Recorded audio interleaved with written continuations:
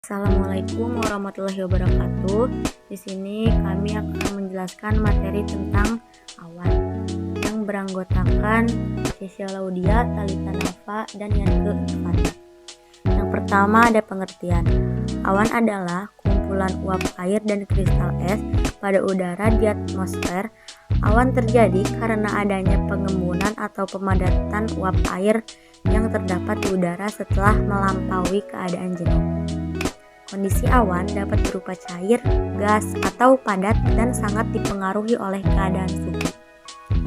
Pembagian jenis awan yang ada sekarang ini adalah hasil dari Kongres Meteorologi Internasional yang diadakan di Munich, Jerman pada tahun 1802 dan Uppsala, Swedia pada tahun 1894. Pembagian jenis awan atau taksonomi awan adalah sebagai berikut.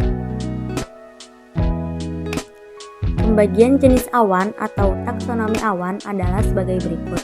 Yang pertama, awan tinggi. Terdapat pada ketinggian antara 3 sampai 18 km.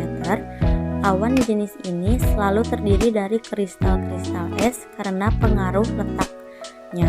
Awan yang tergolong awan pada jelas ini adalah sebagai berikut. A.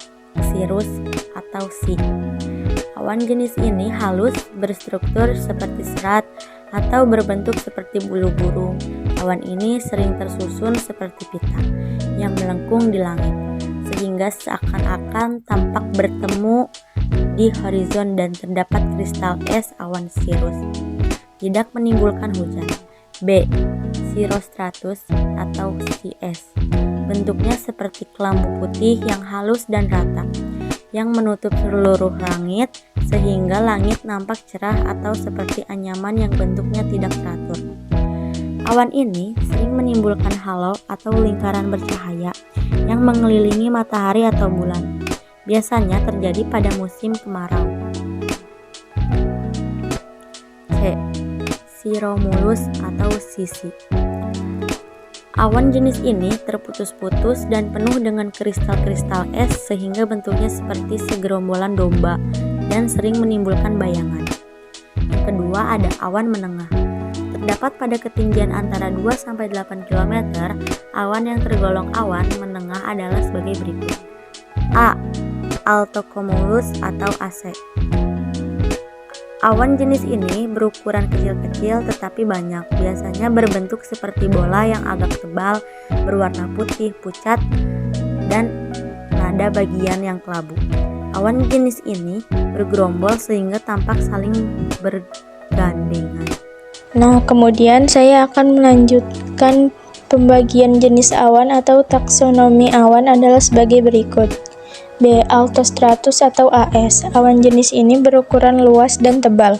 Warna awan altostratus kelabu sehingga dapat menghalangi sebagian sinar matahari atau bulan. 3. Awan rendah. Terdapat pada ketinggian kurang dari 2 km, awan yang tergolong dalam awan rendah adalah sebagai berikut. A. Stratocumulus atau SC. Awan jenis ini bentuknya seperti bola-bola yang sering menutupi seluruh langit sehingga tampak seperti gelombang di lautan. Lapisan awan ini tipis sehingga tidak menimbulkan hujan. B. Stratus atau ST. Awan yang rendah dan sangat luas, tingginya di bawah 2000 meter, melebar seperti kabut dan berlapis-lapis. Kabut dan awan stratus pada dasarnya tidak berbeda. C. Nimbostratus atau NS. Awan ini bentuknya tidak menentu, tepinya tidak beraturan.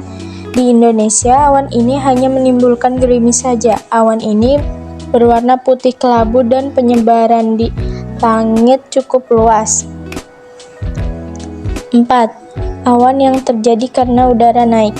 Terdapat pada ketinggian 500 sampai 1500 meter.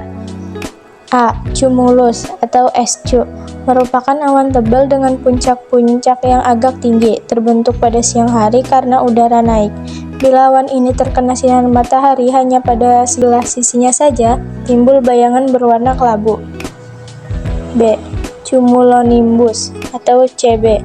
Awan jenis ini dapat menimbulkan hujan dengan kilat guntur. Awan ini bervolume besar, posisinya rendah, berpuncak tinggi dan melebar, sehingga merupakan awan yang tebal. Biasanya di atas awan cumulonimbus terdapat awan cirrostratus. Hal ini karena terjadi pada waktu angin ribut. Nah, kemudian ini adalah gambar awan-awan yang tadi sudah kita jelaskan. Kemampuan awan menimbulkan hujan tergantung pada musim. Pada musim kering di daerah dingin, walaupun awannya tebal, belum tentu mendatangkan hujan karena dapat tertiup angin. Pada musim panas di daerah tropis, walaupun awannya tipis, sering terjadi hujan.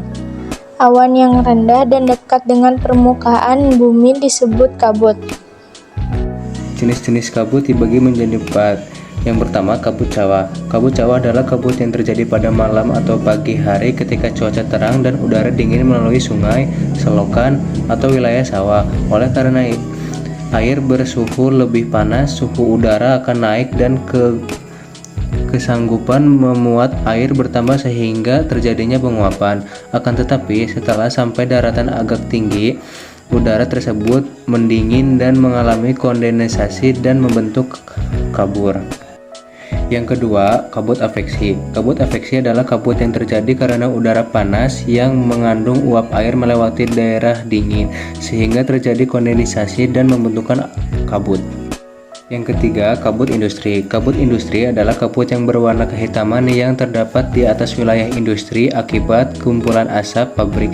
Jumlah inti kondensasi bertambah banyak sehingga udara yang mengandung uap air membentuk kabut. Yang keempat, kabut pendinginan. Kabut pendinginan adalah kabut yang terjadi pada malam hari dan udara terang karena pendinginan. Lapisan udara yang terjadi mencapai kelembaban relatif 100%. Nah, ada juga iklim Oldeman. Pengertian iklim Oldeman adalah iklim yang dipakai untuk pertanian di Indonesia. Adapun kriteria dalam klasifikasi ini didasarkan pada perhitungan bulan basah, bulan lembab, dan bulan kering, dan batasan yang memperhatikan peluang hujan, hujan efektif, dan kebutuhan air tanaman. Berdasarkan perhitungan itu, Oldeman membagikan iklim menjadi 5 tipe iklim, yaitu iklim A bulan basah lebih dari 9 kali berturut-turut, iklim B bulan basah 7-9 kali berturut-turut, iklim C bulan basah sampai 5-6 kali berturut-turut, iklim D bulan basah 3-4 kali berturut-turut, iklim E kurang dari 3 bulan. Dan ada juga klasifikasi iklim Oldeman.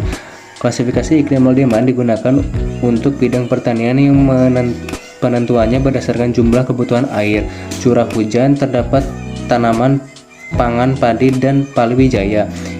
Iklim menurut Oldeman klasifikasi berdasarkan banyaknya bulan basah, bulan lembab, dan bulan kering secara berturut-turut yang dikaitkan dengan sistem pertanian di daerah-daerah tertentu.